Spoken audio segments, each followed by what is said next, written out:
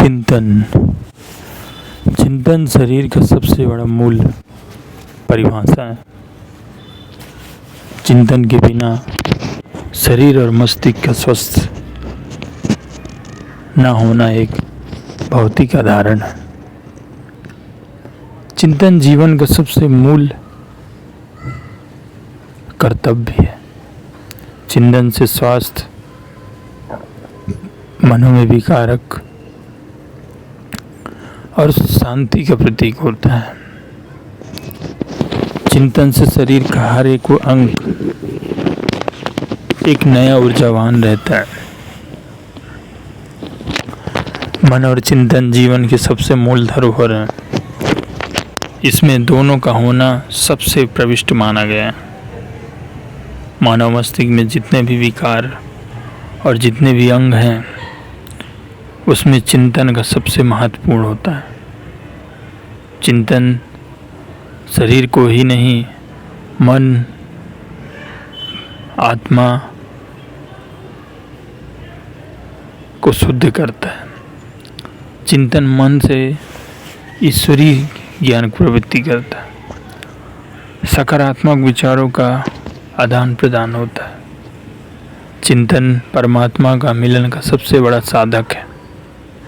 चिंतन योग जब मिल जाते हैं इंसान के अंदर, तो परमात्मा मिलना मूलभूत माना गया, सार्थकता है। और जो सहज नहीं होता है, जिसने अपने मन में चिंतन और योग का प्रवेश कर लिया, वो समस्त विकारों और समस्त नकारात्मक ऊर्जाओं से दूर रहता है। नकारात्मक ऊर्जा जब हमारे मन में कई निगेटिव थॉट जब पनपते लगते हैं, बुराइयां पनपने लगते हैं, तो हमारे शरीर में नकारात्मक ऊर्जा पनपने लगते हैं। और सबसे मूलभूत तक और चलक और वेद परिभाषा ही है कि चिंतन योग जिंदगी का महत्वपूर्ण योग है। जीवन में सब कुछ मिलना आसान है, लेकिन उससे पहले हमारा अंदर चिंतन और योग मिलना जरूरी है। चिंतन योग अगर शरीर में नहीं मिलेगा, तो हमारा मन मस्तिष्क विकास नहीं होगा, मनोवैज्ञानिक विचार नहीं आएंगे, सकारात्मक ऊर्जा हमारे अंदर पनप पैदा नहीं होंगे, हम किसी के बारे में अच्छा नहीं सोच सकते, और हम ना किसी को हम कुछ अच्छा समझ सकते। कितनी भी बुराइयां हों या लड़ाइयां हों, उसमें अगर मस्तिष्क में सकारात्मक विचार का आदान प्रदान है, तो हम निश्चित ही उससे कहीं दूर और उससे हम लड़ सकते हैं।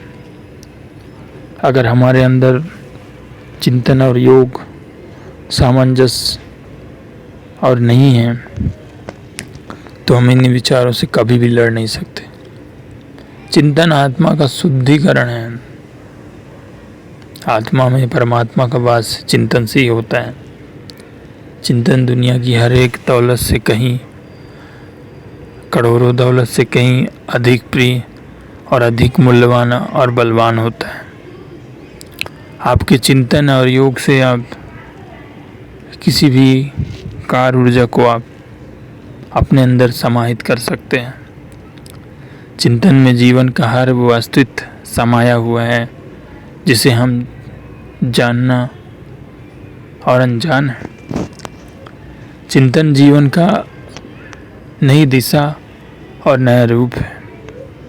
चिंतन में शरीर की हर एक शुद्धिकरण होता है, सकारात्मक विचार उत्पन्न होता है, जो कई गुना और कई विचारों का धनी बन जाता है। चिंतन योगात्मक परम ब्रह्मा का लीन है। ईश्वर पाने का सबसे बड़ा साधक चिंतन और योग को ही माना जाता है।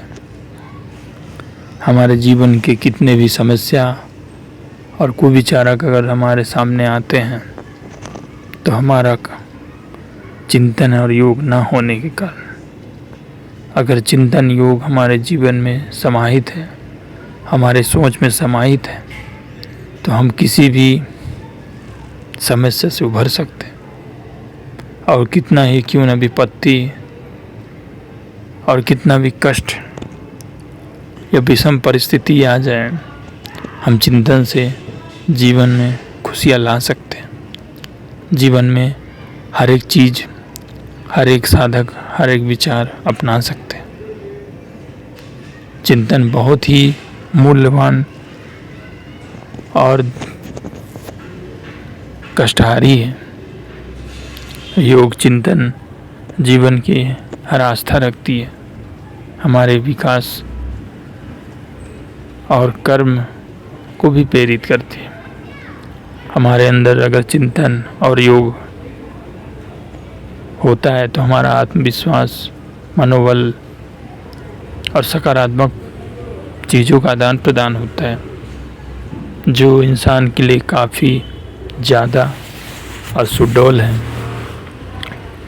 चिंतन मनुष्य की हर एक इच्छा को पूर्ति करती है, हर एक सोच को जागर करती है, हर एक नए रंग रूप, नई कामयाबी की ओर ले जाती है। चिंतन योग मनुष्य की सबसे मूलभूत धारा है। चिंतन में समस्त देवता, देवी देवता और समस्त ब्रह्मांड समाया हुआ है। चिंतन में सही गलत, अच्छे बुरे, दुख सुख